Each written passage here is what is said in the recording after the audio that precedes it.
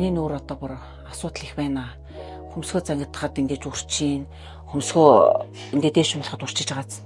Тэгэл энэ тал нь дээш энэ тал нь ингээд юм унжуу. Тэнийг ингээ удаа явснаас болоод ингээд бүр үржлэн тогтож болсон. Тэгээ начиг юм асуудалтай хүмүүс бол хайпоботокс хийлүүл болон зохимжтой гэсэн. Тэгээд ямар ч зүйл ороод үзье.